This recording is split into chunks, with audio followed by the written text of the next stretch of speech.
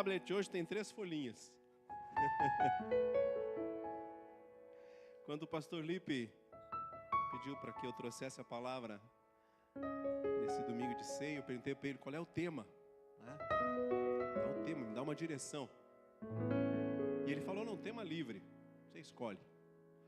Sabe que isso é pior porque vem um monte de termo, um monte de palavra na mente da gente, um monte de ensinos.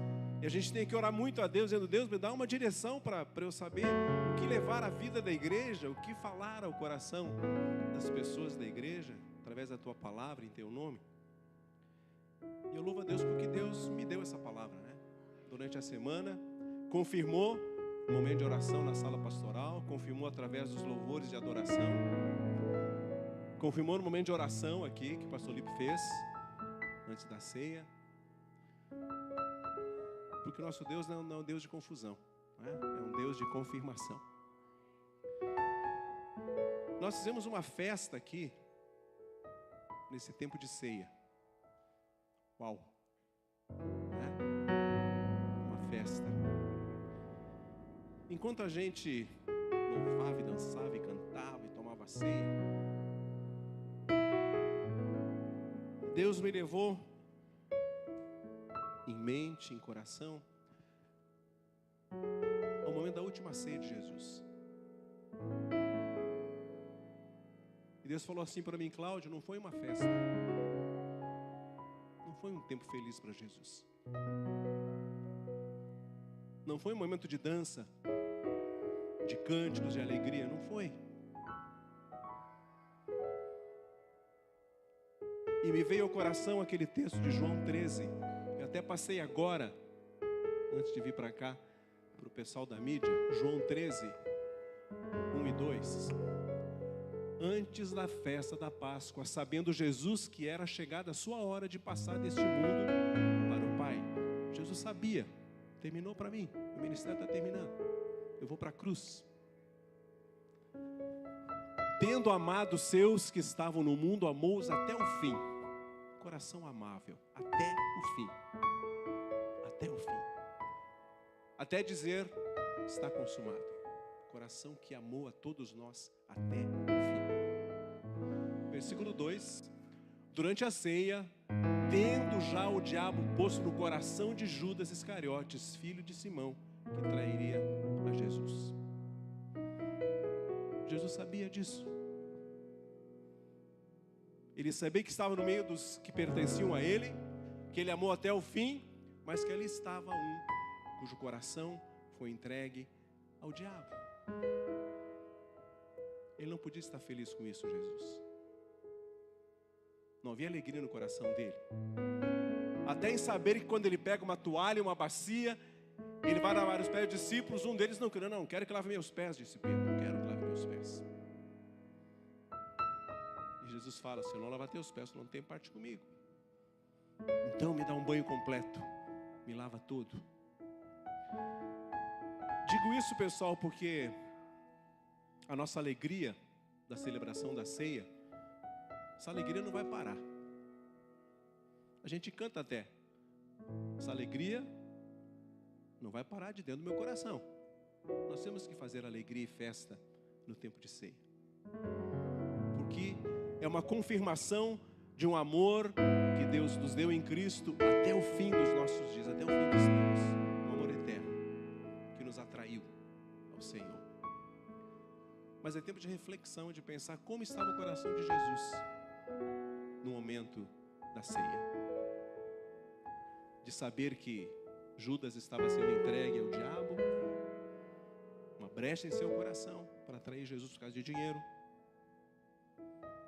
Jesus sabendo, meus dias estão contados, está chegando minha hora de subir à cruz, de carregar todo o pecado, todo o fardo da humanidade.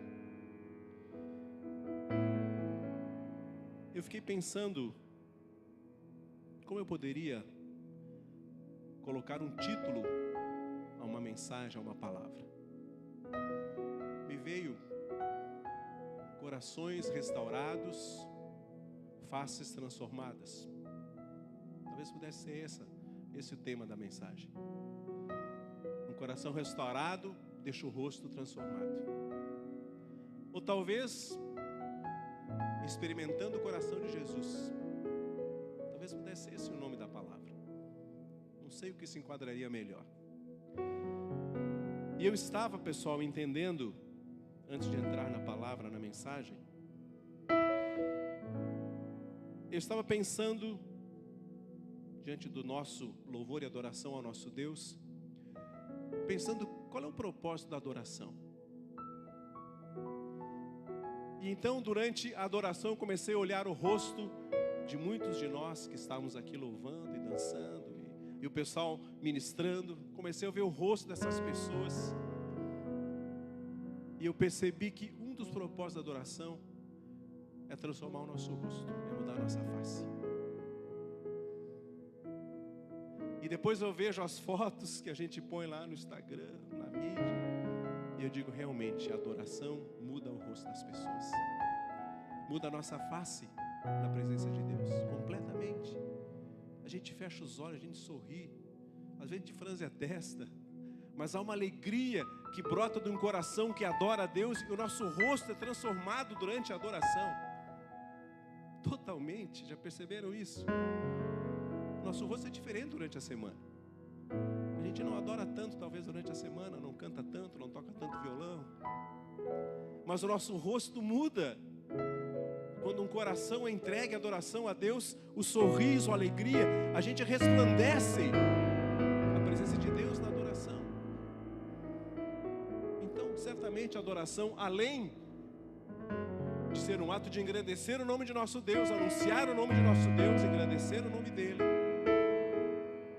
o propósito da adoração é mudar o nosso rosto, a nossa face diante do Senhor. Você sabe, Jesus certa vez subiu a um monte para adorar a Deus. Jesus foi adorar a Deus. Levou com ele mais 3 para adorar. E diz a palavra, quando Jesus sai daquele tempo de adoração, seu rosto brilhava, resplandecia. Quando Moisés sobe ao monte e Deus fala com ele da sarça ardente, quando ele sai de lá, o que a Bíblia fala? O rosto dele resplandecia. Aquele tempo com Deus mudou o rosto de Moisés. Quando Estevão teve a visão do céu, a palavra diz, o rosto de Estevão resplandecia. Pessoal, entenda aí, sempre que você adorar a Deus, o seu rosto vai mudar. Porque seu coração muda. É um coração de adorador. E o propósito da adoração muda o rosto dos adoradores de Deus. Entenda isso sempre que você subir para adorar o nome de Deus, engrandecer o nome de Deus. Tá bom? Guarda isso em seu coração. Não se esqueça disso. Eu estava lendo a palavra e lembrando de algumas histórias, de alguns personagens da palavra de Deus. São muitos, né? Não dá pra gente falar de todos, mas eu quero lembrar o nome de alguns. E eu fiquei me perguntando, qual era a idade de Noé? Quando Deus o chama, dá um plano para ele e diz para ele, ó, Moisés, há um propósito para a tua vida, Noé. Há um propósito para a tua vida. Noé tinha 500 anos de idade. 500 anos de idade. Quando Deus chama Abraão e Sarai, sua esposa, dizendo que havia um propósito para a vida deles, que havia uma direção para a vida deles, Abraão tinha 75 anos. E Sarai, 65. Mais nova que eu. 65 anos. Quando Deus fala com Moisés e o chama, dizendo, volta ao Egito, você vai lá no faraó e dá todo aquele plano para a vida de Moisés, ele tinha 80 anos de idade. 80 anos. Jeremias era um jovem aproximadamente de 20 anos, quando Deus confirma sobre ele o chamado para ser um profeta. Embora já tivesse sido consagrado desde o ventre da sua mãe. Antes que você nascesse, eu já te consagrei. Mas com 20 anos, ele começa a entender: a proposta em minha vida, há um plano de Deus na minha vida. Maria, a adolescente Maria, quando o anjo fala com ela e diz que há uma missão para a vida dela, de carregar no ventre dela o Filho de Deus, ela tinha entre 14 e 16 anos de idade. Isso era uma idade comum naquela época, né, da cultura judaica, para se casar. Entre 14 e 16 anos. Saulo, depois chamado Paulo, quando ele cai do cavalo, naquele caminho para Damasco, ele tinha aproximadamente 28 anos de idade. Ainda um jovem. Jesus, com 12 anos de idade, você conhece essa história, com 12 anos de idade, ele dá as primeiras palavras afirmando quem era seu pai. E que havia sobre ele um propósito de Deus. Lembra quando ele foi esquecido pelos pais? Lá em Jerusalém, naquela festa de Páscoa, os pais voltam para a sua cidade, esquecem ele por 3 dias, o procuram na cidade. E depois o acham no templo, conversando com os mestres da lei. E como todo pai, corrige o filho: pô, meu filho, como é que tu tá por aqui? A gente te procurou há 3 dias.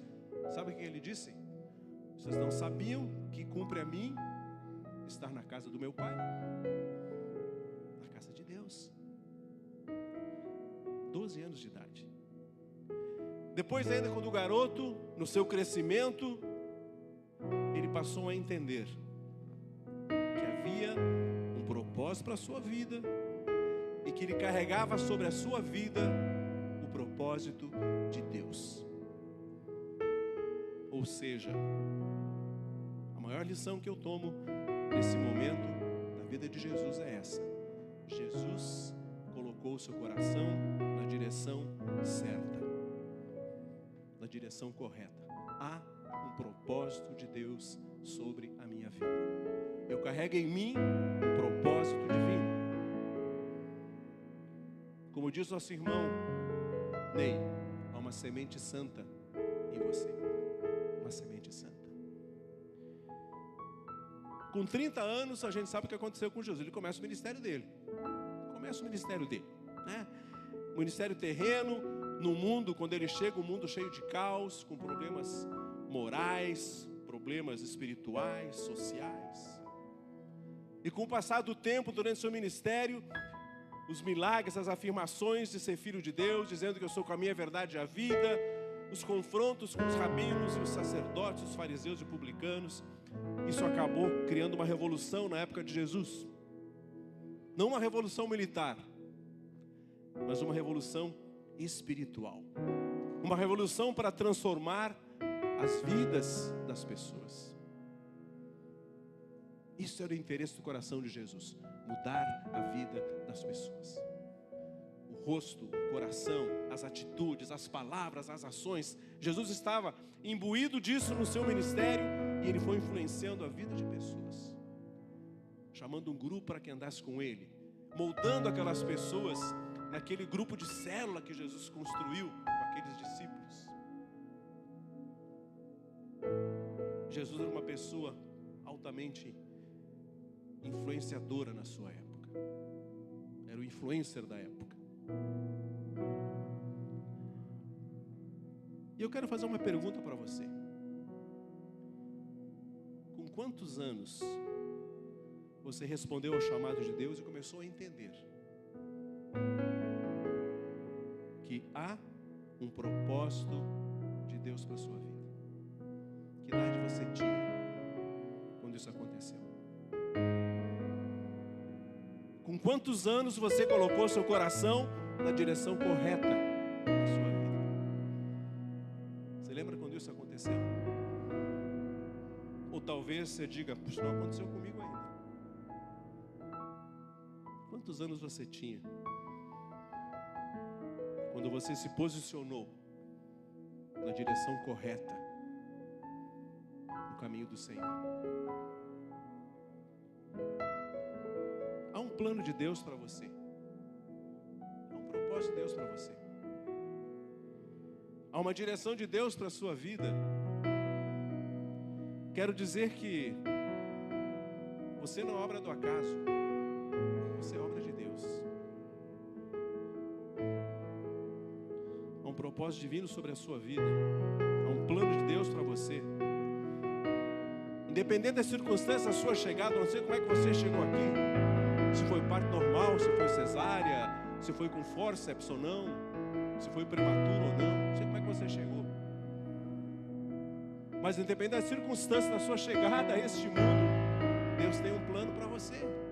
Um propósito para você. Entenda isso. Entenda isso. Eu nasci de 8 meses. Minha irmã também nasceu de 8 meses. Eu não estava muito completo quando eu nasci ainda. Faltavam algumas coisas, né? Mas Deus completou, graças a Deus, né? Então, independente das circunstâncias da sua vida, da sua chegada, da sua família, de como eram os seus pais, do ambiente em que você nasceu, Deus não está preocupado com isso. Ele está querendo dizer para você: eu tenho um plano para a sua vida, um propósito para você. Você carrega um propósito divino no seu coração. Deus quer que você entenda isso. E sabe por que eu digo isso? Que nós somos uma obra de Deus, que Deus nos planejou, e isso é fantástico. Há um Salmo 139, e eu quero ler alguns versículos deles com você, 14 a 16, Salmo 139, de 14 a 16, olha que coisa fantástica, pessoal, que coisa maravilhosa, Deus dizendo isso: graças te dou, o salmista expressando a Deus, visto que por modo assombrosamente maravilhoso me formaste, as suas obras são admiráveis, e a minha alma o sabe muito bem. Os meus ossos não te foram encobertos, quando no oculto fui formado e entretecido como nas profundezas da terra. Os teus olhos me viram a substância ainda informe, e no teu livro foram escritos todos os meus dias, cada um deles escrito e determinado, quando nenhum deles ainda havia. Pessoal, olha como Deus conheceu você. Olha Deus formando a vida ali. Jéssica, você está regando uma vida aí. Deus está formando uma vida aí. Uma menina linda. Assim nós somos formados. Deus nos formou parte por parte do nosso corpo. Nos conheceu no ventre de nossa mãe. E se Deus tem que ter um plano perfeito para mim e para você, um propósito acima de todas as coisas, porque Ele nos formou. Olha que coisa fantástica, maravilhosa. Deus formando a cada um de nós. Eu quero perguntar para todos nós, onde é que tudo começa? Para a minha vida, onde tudo começa quando eu começo a entender as coisas de Deus? Qual é o primeiro passo para eu entender as coisas de Deus? Eu creio, irmãos, que tudo começa com um chamado. Sabe o que diz lá em Mateus 4, de 18 a 22? Acho que vai projetar ali para a gente. Olha. Mateus 4, de 18 a 22. Vamos lá, pessoal. Olha lá, ó. Não é esse. Mateus 4, de 18 a 22. Se não achar lá, eu boto aqui. Entrou lá, pessoal? Entrou. Aí, presta atenção, pessoal. Presta atenção na palavra. Caminhando junto ao mar da Galileia, viu 2 irmãos, Simão, chamado Pedro, e André, que lançavam as redes ao mar, porque eram pescadores. É óbvio, né? Lançaram as redes ao mar. E disse-lhes: vinde após mim, e eu vos farei pescadores de homens. Então, eles deixaram imediatamente as redes e o seguiram. Certo? Presta atenção. Presta atenção. Então eles deixaram imediatamente as redes e o seguiram. Passando adiante, viu os outros 2 irmãos, Tiago, filho de Zebedeu, e João, seu irmão. Então eles deixaram... volta lá. Então eles deixaram imediatamente as redes e o seguiram. O outro. Passando adiante, viu outros 2 irmãos, Tiago, filho de Zebedeu, e João, seu irmão, que estavam no barco em companhia de seu pai, consertando as redes, e os chamou. Então eles, no mesmo instante, deixando o barco de seu pai, o seguiram. Presta atenção, pessoal. Tudo começou com um chamado. Venham a mim, me sigam, e eu vos farei pescadores de homens. Depois chamou Tiago e João da mesma forma. Todo chamado que Deus faz ao nosso coração e à nossa vida, obrigatoriamente, implacavelmente, precisam de uma decisão. Não é verdade? Deus os chama, o que eles fazem? Deixam as suas redes. Abandonam o barco de seu pai. Isso é decisão. É decisão. Agora, toda decisão tem que ser acompanhada de uma atitude. Faça algo depois da sua decisão. E o que eles fizeram? E passaram a seguir Jesus. São 3 passos que você tem que dar uma profunda atenção. Há um chamado de Deus sobre a nossa vida com plano e propósito. Esse chamado exige uma decisão sua ao chamado de Deus. Após a decisão, tome uma atitude e siga Jesus. Foi o que eles fizeram. É uma lição preciosa de homens iletrados, incultos, pescadores, humildes da sua época, cheirando a peixe, que nada sabiam, nem passava na mente deles, nem no coração, que um dia eles iriam fazer parte de um ministério tão abençoado como foi o ministério de Jesus. Que eles iam andar com a pessoa que foi a pessoa mais famosa, de mais influência que até hoje pisou na face da terra. Eles não sabiam nada de teologia, nada de missão. Jesus teve que prepará-los para isso. Andem comigo, convivam comigo. Jesus teve que prepará-los como um artesão, como um carpinteiro, moldando a vida daqueles homens brutos que eram. Mas eles tomaram uma decisão sábia, abandonaram as redes após o chamado e seguiram a Jesus. Me parece que isto é fundamental. E a partir desse momento, pesou sobre a vida deles, eu posso dizer assim, um desafio, uma missão, um compromisso. Qual? Agora nós precisamos colocar o nosso coração na direção correta. E a direção correta se chama Jesus. Ele é o nosso referencial. É a Ele a quem seguimos, é a Ele a quem nós servimos. Ele é o Senhor das nossas vidas. O plano a cumprir vem da boca de Deus, através de Cristo. Às vezes me dá a impressão que Jesus era o tradutor de Deus, né? Tradutor e intérprete. Porque Jesus falava, tudo que o meu pai fala, eu falo para vocês. Traduzo para vocês. Tudo que ele pede para eu fazer, eu faço. O meu alimento é fazer a vontade dele. Então Jesus, para mim, era o tradutor de Deus.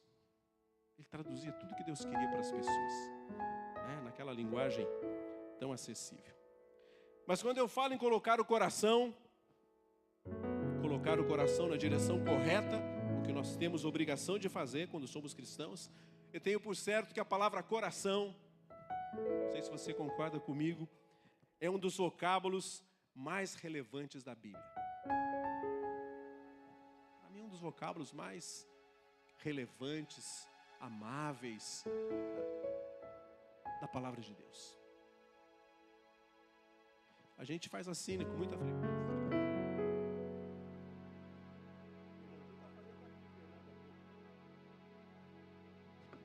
te amo. Amo vocês de todo o coração. Porque se não for de todo o coração, não é amor, né? Amarás a Deus de todo o teu. Se não for de todo o coração, não é amor. É qualquer outra coisa, menos amor. Interesse, qualquer outra coisa. Se não for de todo o coração, eu sinto dizer, não é amor. A Bíblia fala sobre o coração umas 1000 vezes. Mínimo umas 1000 vezes aparece a palavra coração. Ou no hebraico, né, que era lebat, ou leb, ou no grego que é cardia, de cardiologia, cardio, né? E ela usa o coração para se referir ao centro da nossa vida. Centro da nossa vida. Quando o pastor Lipe orou hoje lá na sala, ele disse assim, que pastor Cláudio, Deus, que as palavras falem ao nosso coração. Pastor Ana Gabriela falou a mesma coisa aqui, que as palavras cheguem ao nosso coração. Nós cantamos pelo menos 2 cânticos hoje aqui. Essa alegria não vai mais sair de dentro do meu coração. Tranquei a porta, abri o meu coração. Coração. Coração. Coração, pessoal, é o nosso interior. O coração é onde nós emanamos nossos pensamentos, sentimentos, nossas decisões.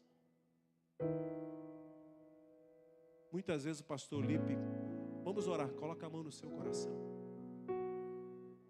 Não, vou botar no pé, no joelho, na orelha, no queixo, no cotovelo. Coloca a mão no seu coração. Porque é daqui que procedem as fontes da vida, diz a palavra. Coloca a mão no seu coração. Nós não temos tempo para ler esses 1000 versículos que falam sobre coração. Mas eu quero lembrar alguns deles para vocês. Gênesis 6, 5 e 6. Um dos versículos mais pesados sobre coração. Gênesis 6, 5 e 6. Presta atenção lá, pessoal. Viu o Senhor que a maldade do homem se havia multiplicado na terra e que era continuamente mal todo o desígnio do seu coração. Coração do homem. Então se arrependeu o Senhor de ter feito o homem na terra, e isso lhe pesou no coração. Coração de Deus, pesado pela maldade do ser humano. Êxodo 35, 21.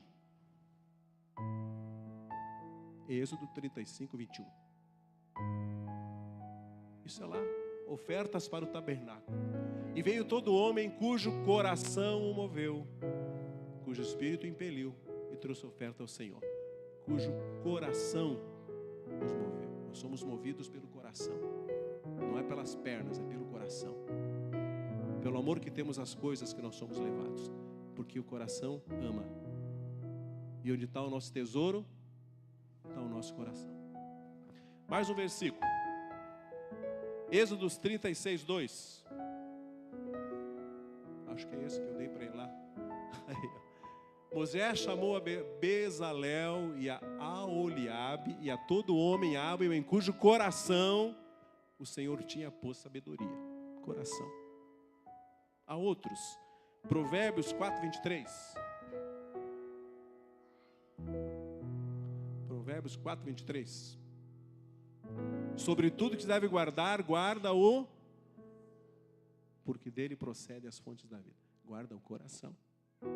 Tem mais um aqui, pessoal. Provérbios 16, 1. O coração do homem pode fazer planos, mas a resposta certa vem dos lábios do Senhor. O que faz os planos? O coração faz os planos. O coração.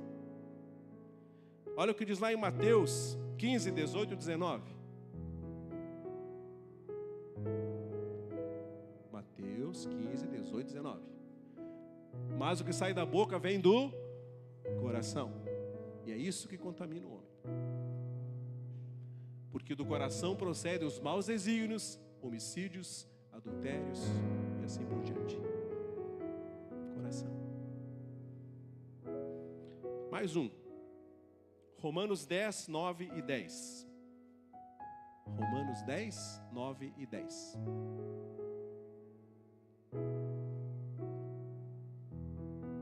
Vai entrar lá, pessoal. Olha lá. Se com a tua boca confessares a Jesus como Senhor, e com o teu coração creres que Deus o ressuscitou dentre os mortos, serás salvo. Porque com o coração se crê para a justiça, e com a boca se confessa a respeito da salvação. Há mais de uns 990 versículos, pessoal, sobre coração.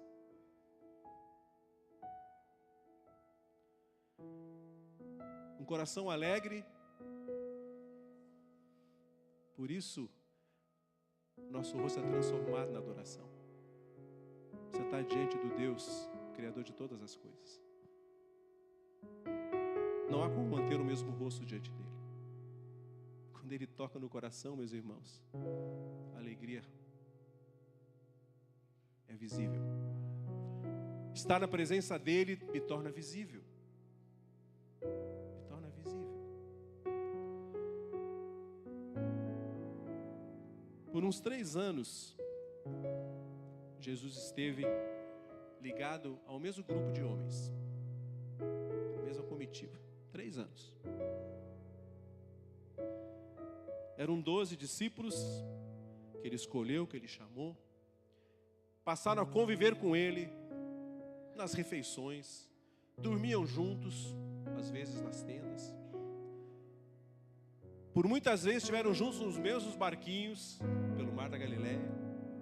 Visitaram as mesmas cidades, as mesmas casas. Jesus os amou até o fim, diz a palavra, os amou até o fim, andaram pelos mesmos caminhos. E eu fico pensando, como é que Jesus conseguiu tolerar esses homens por 3 anos? Como é que ele aguentou? Como é que ele aguentou? Sem dúvida ele sabia que Judas ia traí-lo, que Pedro ia negá-lo, que Tomé ia duvidar que ele havia ressuscitado dentre os mortos. Ele sabia de tudo isso. Como é que ele conseguiu amar essas pessoas por tanto tempo, sem rejeitar nenhuma delas? Como diz a palavra, amou-os até o fim. Você não faria isso? Você não amaria quem traísse você? Você não amaria quem duvidasse das tuas palavras? Você não amaria quem negasse quem você é? Mas Jesus fez isso. Jesus fez isso. Você acha que foi fácil para ele amar essas pessoas? Dedicar seu tempo e sua vida para estar com eles, vendo suas falhas, suas manias, suas fraquezas e dúvidas, chamá-los para orar e pegá-los dormindo. Você acha que Jesus ia ficar feliz com isso e amar as pessoas até o fim como amou?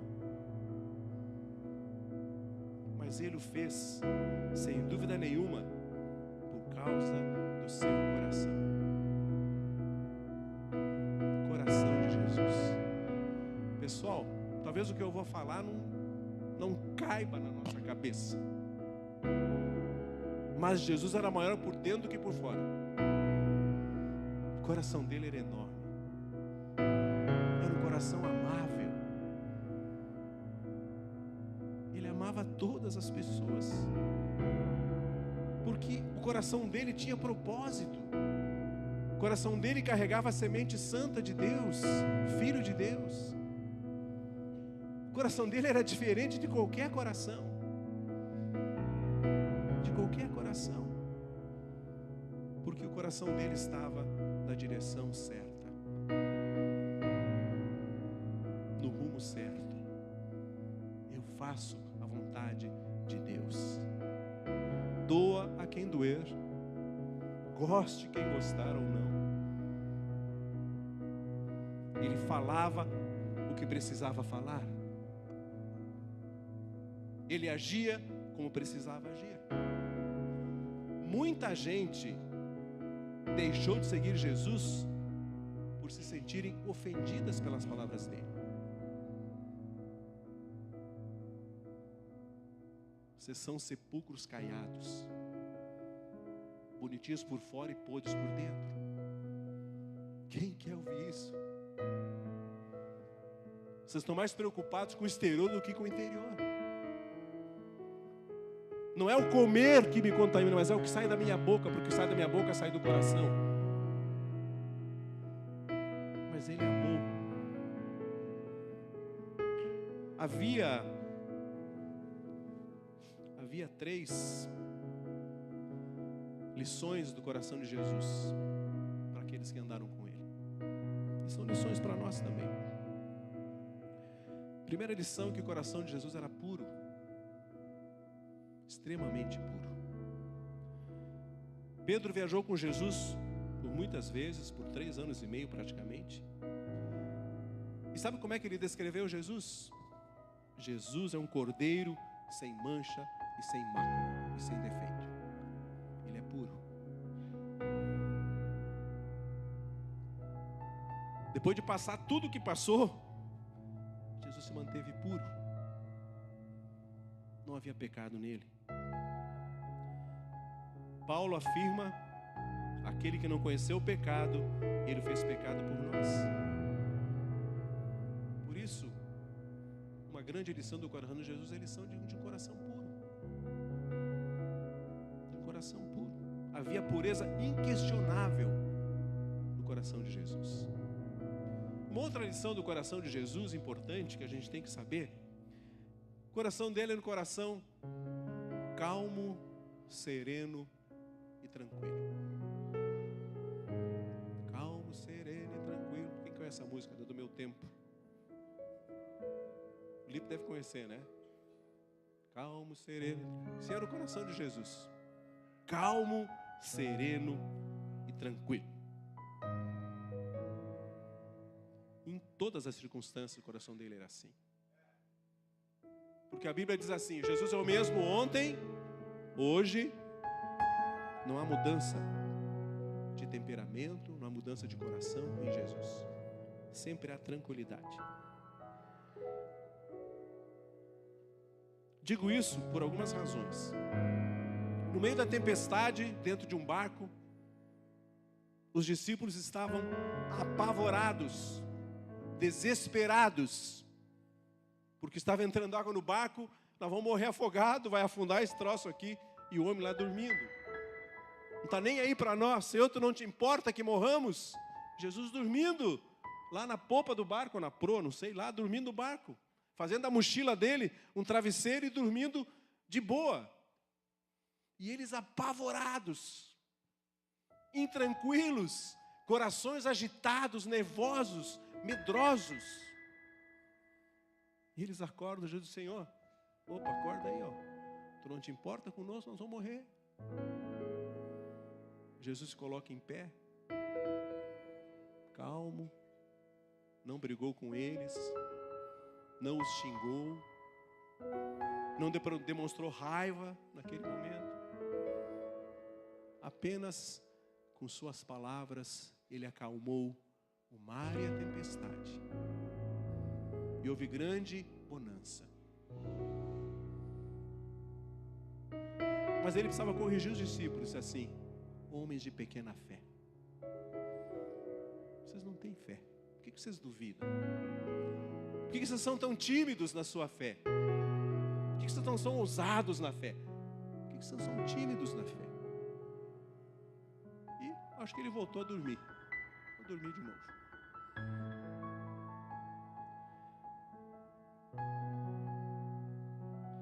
Certa vez, haviam 5.000 pessoas famintas, passaram o dia com Jesus. Final da tarde, barriga roncando, nada tinham comido. E os discípulos apavorados, dando ordem para Jesus: Senhor, manda esse pessoal embora, manda eles para casas deles. Eles estão aqui o dia todo sem comer. Manda esse pessoal para casa. Querendo dizer o que Jesus tinha que fazer, né? A ousadia daquela turma lá, né? Aí Jesus testa aquele pessoal. Deem você de comer para eles. Faça alguma coisa. Eles nunca pensaram em um milagre. Eles nunca pensaram num ato de poder que Deus podia fazer naquele momento. Eles ficaram preocupados com o bolso deles. Não temos dinheiro para comprar comida para todo esse povo. O que temos não é suficiente.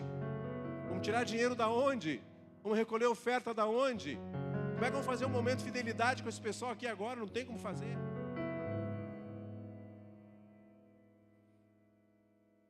Aí Jesus resolve, com o coração calmo, tranquilo, sereno, ele resolve a situação.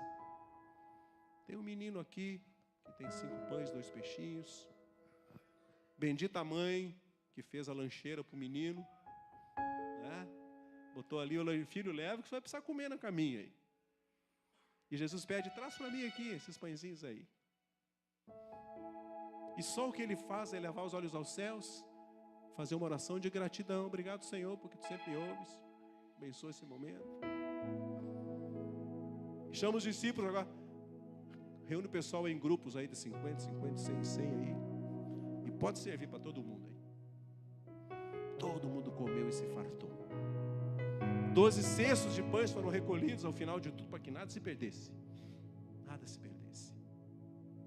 Uma calma, pessoal, que nunca habitou o nosso coração. Uma paz que nós temos que encontrar em Jesus. Porque Ele está oferecendo para nós isso. Deixo-vos, a minha paz vos dou. Para que se agitar? Para que o nervosismo? Se eu estou com vocês.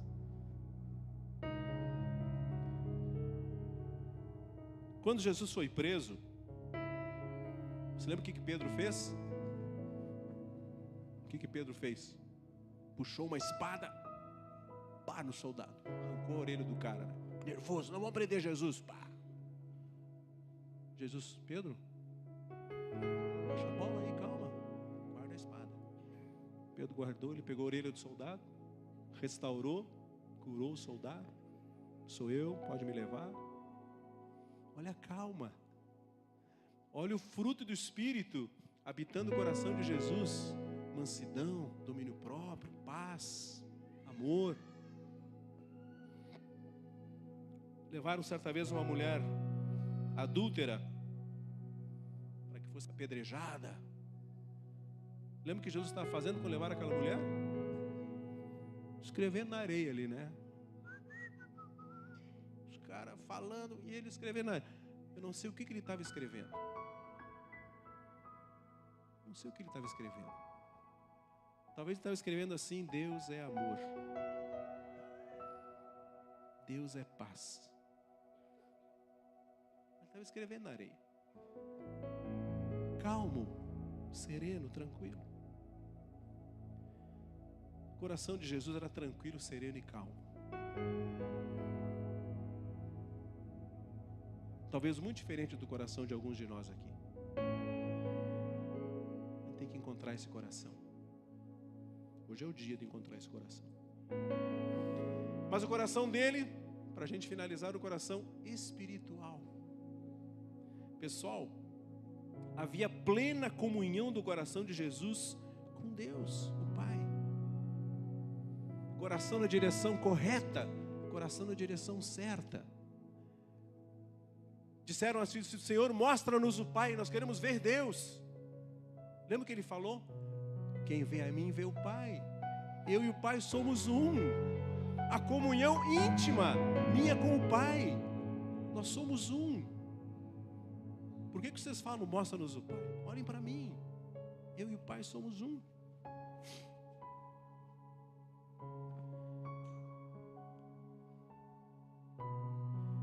Jesus tinha o hábito da adoração. Jesus meditava sobre a Escritura, ele decorou a Escritura. Utilizou a Escritura quando foi tentado no deserto. Está escrito, está escrito, está escrito. Havia muita tranquilidade, muita pureza, muita espiritualidade no coração de Jesus. Totalmente diferente do nosso. O coração dele é puro, nós somos impuros. O coração dele é santo, nós somos pecadores. O coração dele é tranquilo, nós somos nervosos, agitados, raivosos, irados. Se não gostamos de alguém, falamos mal dessa pessoa. Se pudermos xingá-la, xingamos. Levantamos a nossa voz com muita facilidade quando não gostamos de alguma coisa. Brigamos, saímos da igreja. Que coração é esse? Vocês sabem qual é a distância de Joinville a Curitiba? Alguém sabe? 130 quilômetros. 129. Vamos arredondar. Você sabe qual é a distância de Joinville a Florianópolis? 180 quilômetros. O que tem a ver com a mensagem isso, né, pessoal? Qual é a distância de Joinville a Campo Alegre? Alguém sabe? Joinville a Campo Alegre? 42.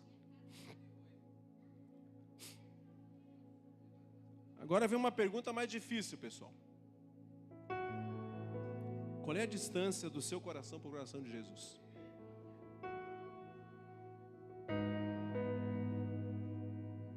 A que distância está o seu coração do coração de Jesus? Suas atitudes e palavras confirmam isso. Obrigado. Tomei muita água, está saindo pelo nariz. Que distância está o seu coração do coração de Jesus? Responda isso. Suas palavras, suas atitudes, suas ações confirmam isso.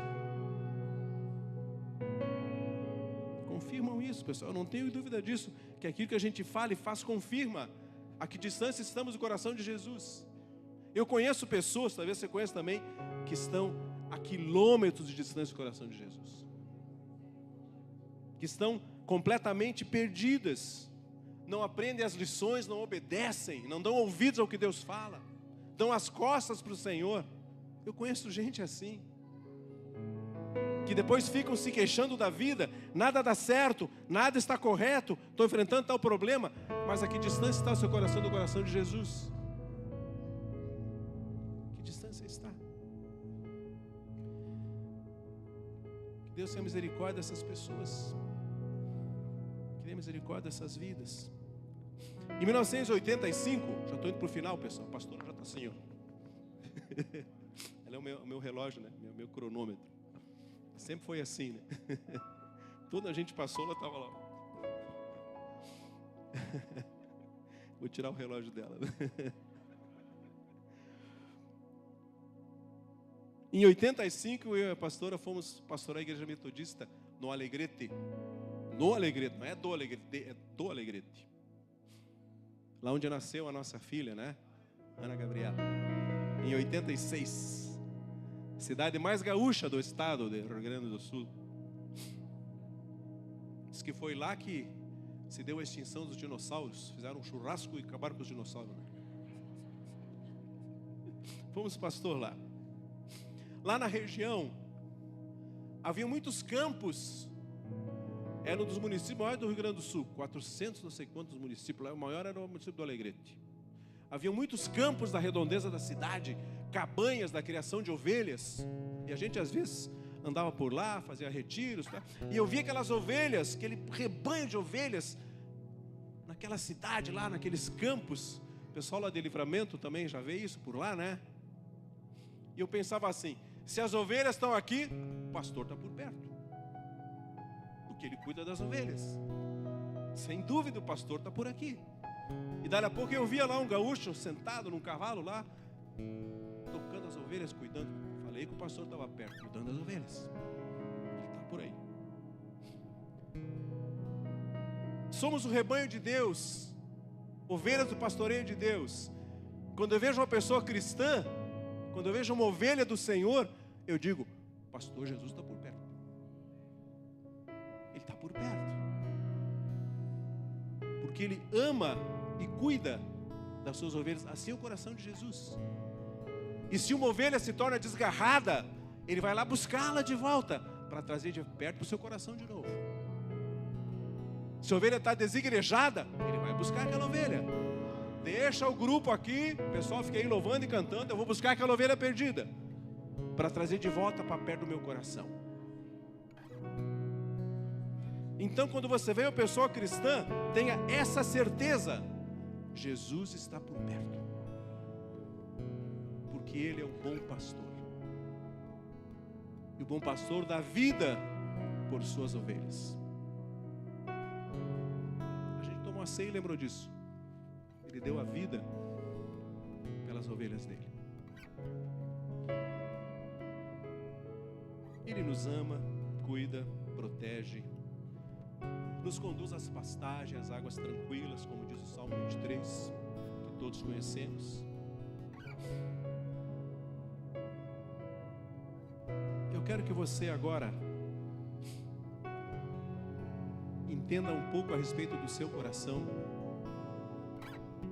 e do coração de Jesus.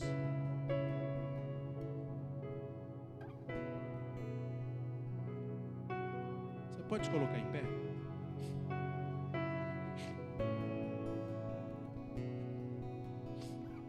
Vou pedir para você levantar sua mão. Levante sua mão. Feche a sua mão, seu punho. Fechou? Com força. Agora faz de conta que sua mão é o seu coração. Não sei se você sabe, mas o seu coração é mais ou menos o tamanho da sua mão. Você sabia disso? O coração de uma pessoa adulta tem aproximadamente 12 centímetros de comprimento e 8 centímetros de largura. Olha lá, ó. Misericórdia, coração partido. Seu coração pesa aproximadamente 250 gramas a 300 gramas. É pequeno. Agora pense comigo. É possível um coração pequeno servir a dois senhores? Pode. É possível a um coração pequeno dividir dois amores? Não dá certo. Ele vai estar daquele jeito ali, repartido, não funcionando, remendado, precisando de reparo. Não funciona, pessoal. Não é assim que as coisas funcionam. Se você quer ter o coração de Jesus, vem até o altar agora nesse momento, para a gente orar. Traga o seu coração aí na sua mão. Traga seu coração na sua mão. Vou pedir para botar a imagem ali. Traga seu coração na sua mão. Olha lá, ó, coração humano. Traga seu coração na sua mão e coloque aqui na presença de Jesus. A gente canta muitas vezes: fogo em teus olhos fez-me apaixonar, queimou todos os amores, queimou todos os amores. Pessoal, um coração dividido se chama hipocrisia. Um coração dividido não é o que Deus espera da sua igreja, do seu povo. A palavra afirma lá, naquele livro de Crônicas, dizendo: Deus se faz forte, cujo coração daqueles é totalmente dele. Totalmente dele. É hora de uma decisão implacável na sua vida. Traga seu coração e o coloque na presença de Jesus nesse momento. Não divida seu coração com as coisas que não são de Deus. Não deixe o seu coração partir nesse momento, mas traga o seu coração de forma íntegra na presença de Deus. Uma decisão radical e ousada pode mudar para sempre a sua vida. Uma decisão radical pode mudar para sempre a sua vida. Deus quer mudar seu coração nessa noite e tornar o seu coração igual ao coração de Jesus, puro, tranquilo espiritual. É a obra de Deus na sua vida nessa noite.